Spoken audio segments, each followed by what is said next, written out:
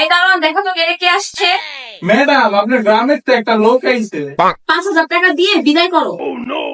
আমার বোনের বিয়ার দাওয়াত দিতে আইছিলাম, এমন ভাবে অপমান না করলেও পারতেন। আচ্ছা, আমি ব্যাপারটা বুঝতে পারিনি। বসো, তুমি বসো। তাহলে বলো, তোমার বোনের বিয়ে কবে দিচ্ছ?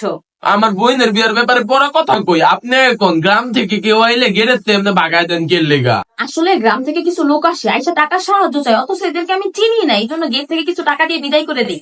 এবার বলো, তোমার বোনের বিয়ে কবে? সবাই তো আর এক না। আমার বোনের বিয়াটা শুক্রবারে দিতে চাইছিলাম, কিন্তু মনে হয় বিয়াটা হইতো না। হবে না? হবে না কেন? ওইসে কি আপা, আমার বোনের বিয়ার সব আয়োজন করে লাইছিলাম, যেন যা লাগবে সব দিছি। এখন বিয়ার 2 দিন আগে জামাই কইতেছে বলে হ্যাঁ একটা সাইকেল লাগবো। সাইকেলের দাম 20,000 টাকা। এত টাকা আমি কই পাবো আপা? এই 20,000 টাকা আপা আপনি দেন।